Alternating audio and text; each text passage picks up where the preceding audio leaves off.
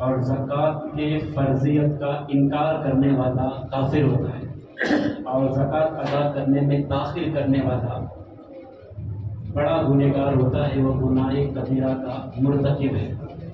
اس لیے ہمیں زکوٰۃ کے حوالے سے جو فرض ہے اس کے مسائل سیکھ کر اور زکوٰۃ نکال کر صحیح مستحق تک پہنچانا ہم پر ضروری ہے۔ بہت سارے لوگ یہی سمجھتے ہیں، گزشتہ جمعہ میں نے بتایا تھا کہ جب تک ہمارے پاس 7.5 تولے سونا نہیں ہوتا یا 52.5 تولے چاندی نہیں ہوتی تو ہم صاحب نصاب نہیں کہتے۔ یہ ایسا نہیں ہے، بلکہ یوں بیان کیا گیا کہ 7.5 تولے سونا یا پھر 52.5 تولے چاندی ہو، یا اتنی رقم جس سے وہ 52.5 تولے چاندی خرید سکے۔ آپ دیکھیے 52.5 تولے چاندی، میں تھوڑا سا اندازاً آپ کو بتا رہا ہوں، 25 سے 30 ہزار کے اندر آپ 52.5 تولے چاندی خرید سکتے۔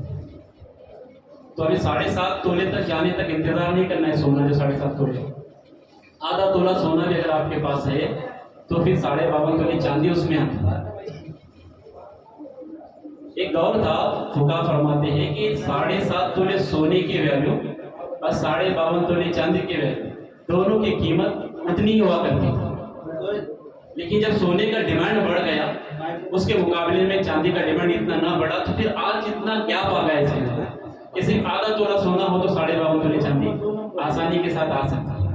تو اس سے ہمیں اب اس کے اوپر تفصیلی گفتگو نہ کرتے ہوئے ایک آپ کو فارمولہ دیتا ہوں، اس پہ آپ عمل کریں، اس پہ خود آپ یہ طے کریں گے کہ میں صاحب نصاب ہوں کیا نہیں، یا کن کن لوگوں کی زکوٰۃ، کس کس پر زکوٰۃ بنتی ہے اور کس سامان پر زکوٰۃ بنتی ہے۔ ہمیشہ یہ 3 چیزیں یاد رکھیے گا۔ سب سے پہلی چیز یہ کہ زکوٰۃ جو ہے نا 4 چیزوں پر ہی بنتی ہے، بلکہ 5 پہ بنتی ہے، وہ 5 کیا وہ بھی بتاؤں گا۔ ان 4 چیزوں کے علاوہ کوئی 5ویں چیز نہیں ہوا کرے گی۔ 4 چیزیں کون سی زکوٰۃ جس پہ بنے گی؟ سب سے پہلے سونا، گولڈ، اس کی زکوٰۃ ہوگی، دوسرا چاندی، اور تیسری چیز کیش، نقد روپیہ پیسہ، اور چوتھی چیز مال تجارت، یعنی وہ مال جو بیچنے کی نیت سے ہم نے لایا ہے، اس پر بھی زکوٰۃ بنے گی۔ اور 5ویں چیز ہے سائمہ کہتے ہیں۔ اس کا خلاصہ یہ ہے کہ وہ جانور جو مفت میں سال بھر چارہ چرتے ہیں، سال بھر کا اکثر حصہ فری میں چارہ چرتے ہیں، ان جانوروں کو سائمہ کہا جاتا ہے، ان پر بھی زکوٰۃ بنتی ہے۔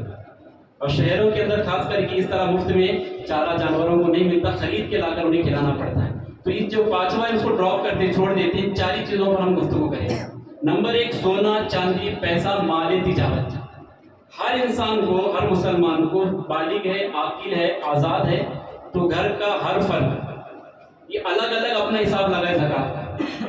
یہ اجتماعی عبادت نہیں ہے، زکوٰۃ انفرادی عبادت ہے۔ ایسا نہیں ہوگا کہ ابا نے زکوٰۃ دے دی تو بیٹی کی ادا ہو گئی، یا بیٹے نے دے دی تو پھر ابا کی زکوٰۃ ادا ہو گئی۔ ایسا نہیں ہوگا۔ جیسے آپ نماز پڑھنے آئے ہیں، آپ نماز پڑھیں گے، آپ ہی کی نماز ہوگی، آپ کے بھائی کی نہیں ہوگی۔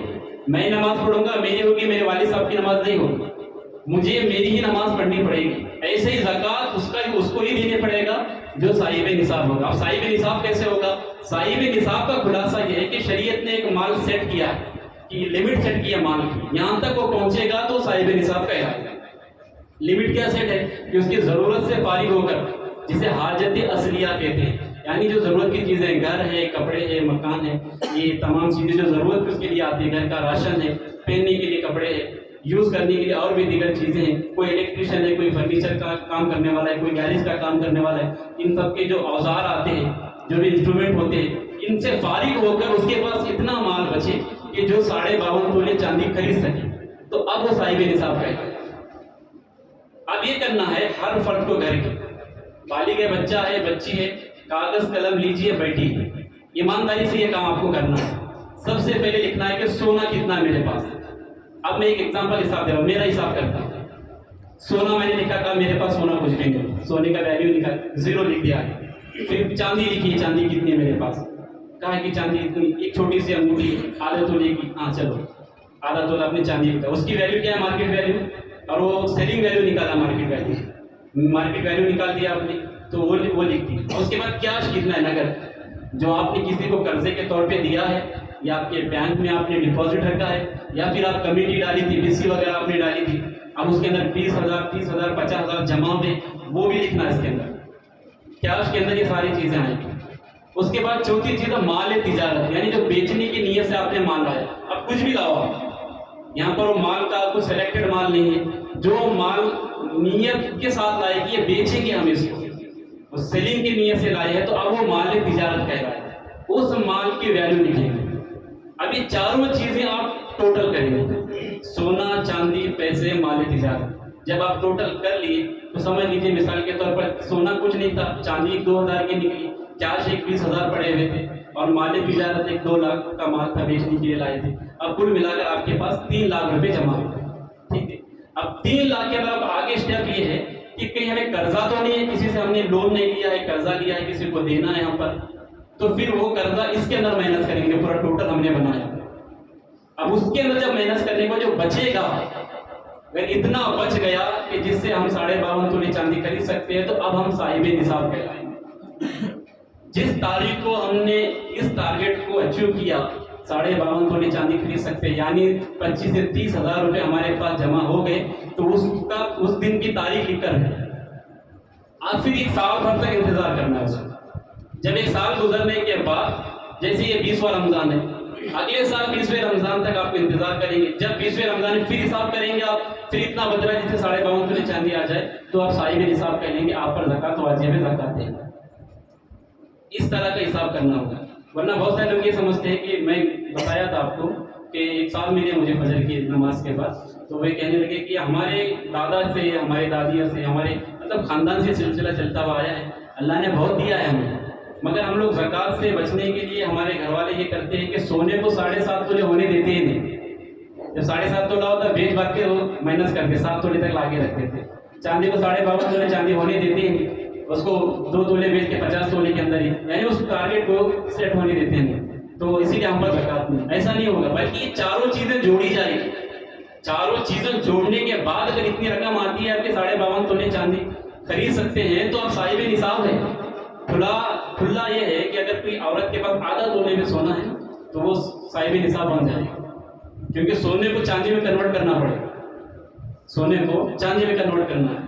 ہاں، ایک مسئلہ یہ ہے کہ یہ چاروں چیزوں میں اس کے پاس صرف ایک ہی چیز تھی. یہ چاروں چیزیں ملنا چاہیے. چاروں نہیں ملی، 2 تو ملنا چاہیے. صرف سنگل ایک چیز ہوگی تو پھر اس کی نصاب پوری ہونا ضروری ہے. اس کی نصاب پوری. سونا ہے تو اس کو کنورٹ کریں گے چاندی کے اندر، تو جب چاندی میں کنورٹ کرتے آدھا تولے میں سونا ہے، تو بہت سارے خواتین کے اندر کم سے کم 1 تولا آدھا تولا سونا تو خواتین کے پاس رہتا ہی ہے. تو یہ ان کو زکوٰۃ ان کے اوپر بنتی. خاص کر کے مردوں کے پاس نہیں ہوگا، سونا چاندی پہنتے نہیں ہے تو نہیں ہو سکتا ہے. کیش روپیہ پیسہ وغیرہ ہو سکتا ہے، لیکن یہ گھر کی عورتوں کو ہوگا. تو حساب لگا کہ اس طرح بیٹھ کر حساب کرنا پڑے. جب حساب بنے گا ہمارا تو پھر مستحق تک پہنچانا ضروری ہے. بہت سارے لوگ زکوٰۃ تو نکال دیتے ہیں، مگر جس کا حق ہے وہاں تک نہیں پہنچا دیتے. وہ حق والا ان کے پاس آنے سے پہلے جو حق والے نہیں ہیں وہی آ کر زکوٰۃ کی رقم لے کے چلے جاتے ہیں.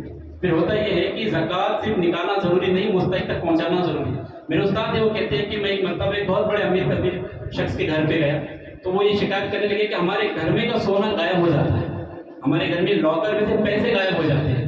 دیکھیے کچھ کسی نے کرایا تو نہیں ہے، گھر کے اندر کوئی جنات وغیرہ تو نہیں، ایسے پیسے کیسے غائب ہو جاتے ہیں؟ جبکہ گھر کے اندر وہ افراد رہتے ہیں جن کے اوپر شک کرنے کی کوئی گنجائش ہی نہیں ہے. سب اپنے بیٹے ہیں، بہو ہے، بچیاں رہتی ہے، یہ کیا کریں گے؟ سب کون چوری کرتا ہے ہمارے گھر کا مال؟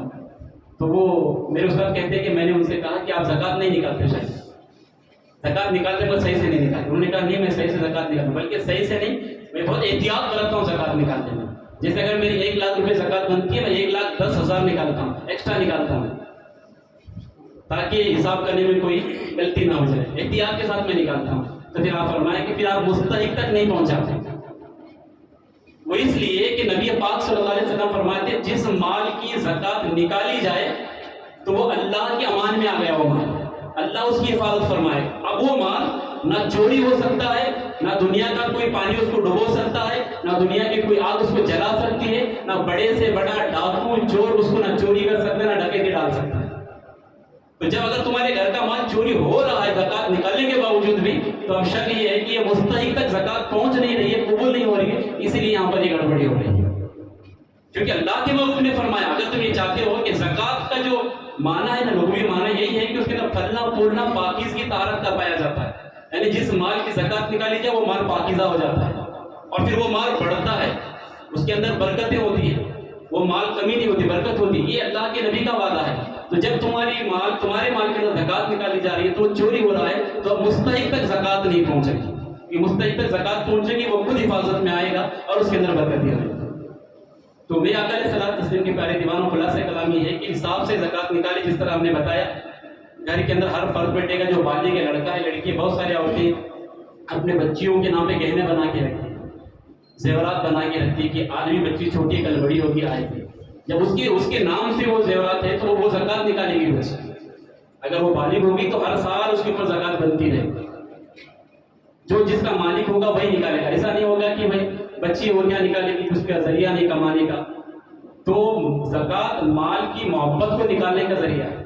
مثال کے طور پر کسی نے ایک سیٹ بنایا سونے کا، زیور کا سیٹ بنایا عورت نے، اب وہ کمانے کا کوئی ذریعہ نہیں ہے، اب اس کے اوپر زکات بن رہی ہے، تو اب کیا کرے گی وہ؟ تو اب یہ نہیں کہ یہ ہار کا اگر کوئی حصہ توڑ کر بیچ کر زکات ادا کر دے، یہ پورا سیٹ خراب ہو جائے گا. تو اب یہاں یہ دیکھنا ہے سیٹ خراب ہوتا ہے ہونے دو، مگر اللہ کا حکم ہے کہ زکات نکالی جائے گی سونے. تو مال کی محبت کو دل سے نکالنے کے لیے زکات کا کانسیپٹ رکھا گیا کہ دنیا والے مال کی محبت میں اگر اللہ کی نافرمانی نہ کرے، کیونکہ یہ دیا ہوا اللہ ہی کا ہے. وَمِمَّا رَزَقْنَاهُمْ يُنْفِقُونَ، یہ اللہ ہی کا دیا ہوا مال ہے، اللہ کی راہ میں اٹھاتے ہیں، اسی راہ میں خرچ کرتے ہیں. اللہ نے پہلے ہی کہا کہ ہم نے دیا ہے تمہیں. اگر تم زکات نکال بھی رہے ہو نا تو کمال نہیں کر رہے، اللہ نے تمہیں دیا اور 2.5% مانگ رہے ہو، وہ بھی سال میں ایک مرتبہ. تو مال زکات کی نکالا کرے اور مستحق تک پہنچانے کی کوشش کرے، کیونکہ اس کو بھی اٹھا کر دے دیں گے زکات ادا نہیں ہوگی. اور کن کن کو نہیں دے سکتے مختصر میں یہ بھی سن لیں. جو ہمارے اصل ہے اور فرو ہے ان کو ہم نہیں دے سکتے. اصل اور فرو کس کو؟ اصل کہتے ہیں جڑ کو، فرو کہتے ہیں اس کے شاخوں کو. میں اس کو اور آسانی کرتا ہوں، یعنی جس کے نسل سے ہم ہیں اور ہماری نسل سے جو ہے ان کو ہم دے نہیں سکتے. ہماری نسل، ہم جس کی نسل سے، جیسے باپ دادا ہمارے، والدہ والد، دادا دادی، نانا نانی، جو جہاں تک جا سکتے جو حیات ہے ان سب کو ہم زکات نہیں دے سکتے. اور نیچے بیٹا بیٹی کو نہیں دے سکتے، پوتا پوتی کو نہیں دے سکتے، نواسا نواسی کو نہیں دے سکتے. یعنی جتنے تک زندہ رہیں گے، یعنی اور ہم اللہ نے عمر دی، پڑھ پوتا پڑھ پوتی پڑھ نواسا پڑھ نواسی جو حیات ہے ان کو نہیں دے سکتے. شوہر بیوی کو، بیوی شوہر کو نہیں دے سکتا. اس کے علاوہ سب کو دے سکتے. بھائی بھائی کو دے سکتا ہے، بھائی بہن کو دے سکتا ہے، ساس بہو کو دے سکتی ہے، بہو ساس کو دے سکتی ہے، سسر بہو کو دے سکتا، داماد کو دے سکتے، داماد سسر کو زکات دے سکتا ہے. یہ ساری چیزیں ہیں.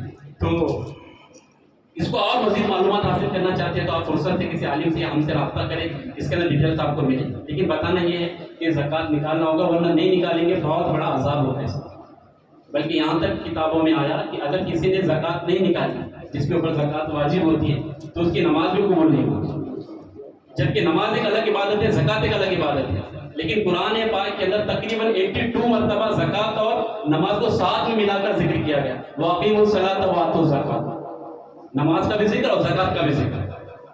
تو اگر زکات ادا نہ کرے تو نماز بھی قبول نہیں ہوگی. اس لیے ایک عبادت، ایک فرض کے اندر کوتاہی کر کر دوسرا فرض بھی اپنا برباد نہ کریں. جنہوں نے مال کی زکات نہیں نکالی کی تو اللہ کے نبی صلی اللہ علیہ وسلم فرماتی اسی سونے کسی چاندی کو جہنم کے آگ میں تپایا جائے گا، گرم کیا جائے گا. اور جب وہ عروج پر ہوگا، پھول گرم ہو جائے گا، تو اس وقت اس کو پیشانیوں کو، اس کے بازوؤں کو، اس کی پیٹھ کو داغا جائے گا اور داغ کر کہا جائے گا بتاؤ اب تمہیں کیسا لگ رہا ہے؟ وہ کہے گا بڑی شدت کی تکلیف ہوتی ہے، برداشت کے باہر یہ تکلیف. کہا یہ وہی مال تھا جس نے تم نے جمع کر کے رکھا اور زکات نہیں نکالی. اور دوسری روایت میں بہت بڑا وہ ایک گنجا سانپ بنے گا، ازدا بنے گا. مال جو مال ہم نے زکات نہیں نکالی جس مال، اور وہ قبر میں جانے کے بعد بہت بڑا ازدا بن کے اس کو ڈستا رہے. جب ایک مرتبہ وہ ڈسے گا تو 70 گز زمین کے اندر وہ گھستا جائے گا. یعنی اس کی شدت کتنی خطرناک ہوگی. بڑے بڑے سخت عذاب زکات نہیں ادا کرنے والوں کے حوالے سے آئے ہیں. تو شبیر رسالت کے پروانوں، ہمیں 2.5% صرف زکات دینا ہے اپنے مال کی. اگر ہم چاہتے ہیں کہ ہمارا مال بڑھے اور پھر اس مال کی حفاظت بھی ہو تو پھر زکات ادا کریں اور زکات نکال کر مستحق تک پہنچائے. اللہ تعالیٰ سب کو عمل کی توفیق عطا فرمائے. ایک بار درود شریف پڑھ لیں. اللہم صلی علی سیدنا محمد، صلاۃ والسلام علیک یا رسول اللہ صلی اللہ علیہ وسلم. لیلۃ القدر کے حوالے سے چند باتیں عرض کرتا ہوا چلوں. نبی پاک صلی اللہ علیہ وسلم فرماتے ہیں کہ ماہ رمضان شریف میں ایک ایسی رات ہے جس رات میں کوئی قیام کرے گا، عبادت کرے گا، تو اللہ تعالیٰ اسے 1000 مہینے عبادت کرنے کا ثواب عطا فرمائے. وہ 1000 مہینوں سے افضل رات ہے جسے لیلۃ القدر کہتے ہیں، شب قدر. اور اس کو تلاش کرنے کا حکم دیا آخری عشرے کی طاق راتوں میں ہے. اور یہ بڑی عظمت والی بڑی بابرکت والی رات ہے. اسی رات میں قرآن پاک کو نازل کیا گیا. ایک ساتھ قرآن پاک لوح محفوظ سے آسمانی دنیا پہ نازل ہوا.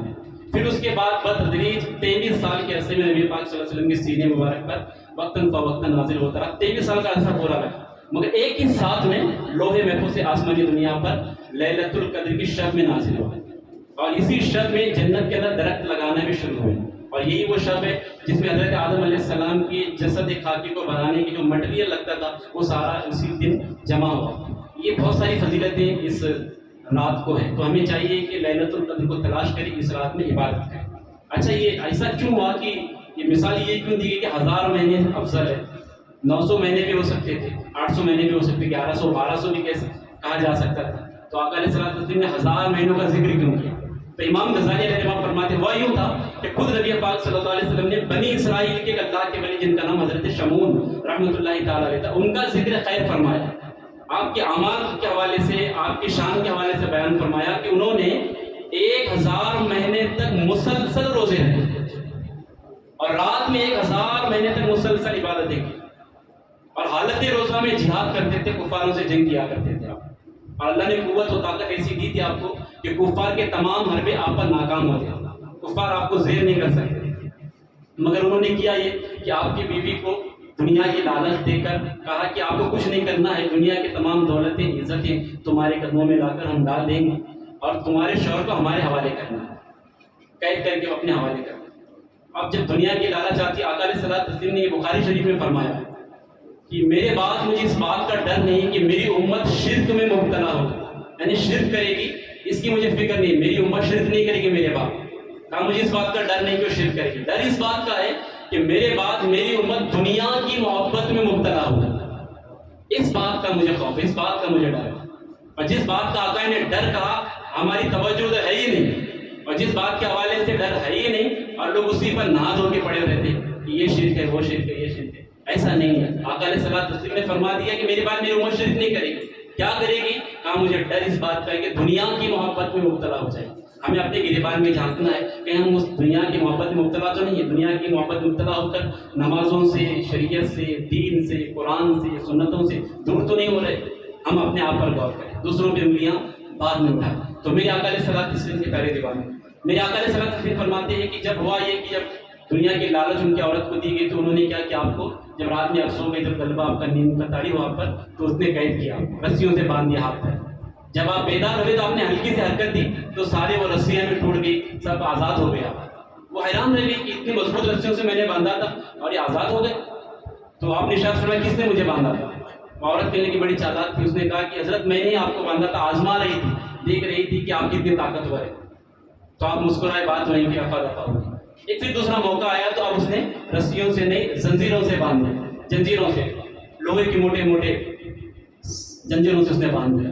تو آپ جب قید کر دیا آپ کو، جب رات میں سو گئے آپ، تو پھر جب آپ بیدار ہوئے تو ہلکی سے حرکت دی، جو جنجیریں تھی، جو موٹی موٹی جو کڑائیاں تھیں وہ کھل گئی، فٹافٹ ٹوٹ گئی ساری. حیران رہ گئی کہ یہ کیا ہو گیا، اتنی مضبوط اور یہ ٹوٹ گئی اتنی آسانی سے. پھر آپ نے ارشاد فرمایا کس نے مجھے باندھا؟ پھر وہ کہنے لگے وہی چال چلی. اس نے کہا کہ حضرت میں نے بہت سنا تھا آپ کے بارے میں میرے شوہر کہ آپ بڑے طاقتور ہیں، دشمن آپ پہ قابض نہیں ہو سکتے. تو میں سوچ رہی تھی کہ لوگوں سے سنا ہے، چلو میں دیکھوں اپنے آنکھوں سے، وہ میں نے ہی باندھا تھا. تو آپ نے بات مسکرائے، بات ہوئی رفع دفع، مگر یہ بتاتے بتاتے گفتگو کے اندر آپ نے ایک راز کی بات بتا دی. کہنے لگے میری بیوی دراصل اللہ نے مجھے وہ قوت و طاقت دی ہے کہ دنیا کی کوئی طاقت مجھے قید نہیں کر سکتی، مگر میرے بال، آپ نے مجھے بتا دیا کہ 8 بال تھے، سر سے لے کے پیر تک لمبے تھے. آپ کے جسم میں سر میں صرف 8 ہی بال تھے، وہ اتنے لمبے تھے. کہا صرف میرے بال ہی مجھے قید کر سکتے. اور چالاک تھی، بات کو نوٹ کر لیا. جب آپ پھر سو گئے تو آپ ہی کے بالوں سے اس نے باندھ دیا. جب آپ بیدار ہوئے تھے کوشش کی آپ توڑنے کی، مگر وہ آپ توڑ نہ سکے. اس نے پھر دشمنوں کے حوالے آپ کو کر دیا. اب دشمنوں کے حوالے کر دیا تو دشمنوں نے آپ کو شہید کر دیا. بلکہ دردناک شہادت ہوئی، واقع ہوئے وہاں پر کہ آپ کے ناک کو شہید کیا گیا، آنکھ کو شہید کیا گیا، کان کاٹے گئے. جن تمام چیزوں آپ کے ساتھ کفاروں نے یہ انجام دیا. لیکن اللہ تبارک و تعالیٰ نے جب اپنے ولی کے ساتھ یہ گستاخانہ رویہ لوگوں کا دیکھا تو پھر اس نے ایک قہر نازل کرایا ان کے اوپر کہ جتنے دشمنوں نے یہ کام کیا تھا سب کے سب ہلاک و برباد ہو گئے، زمین کے اندر دھس گئے. اور جو ان کی بیوی بے وفا تھی اس کے اوپر ایک بجلی گری اور وہیں جل کے راکھ ہو گئی.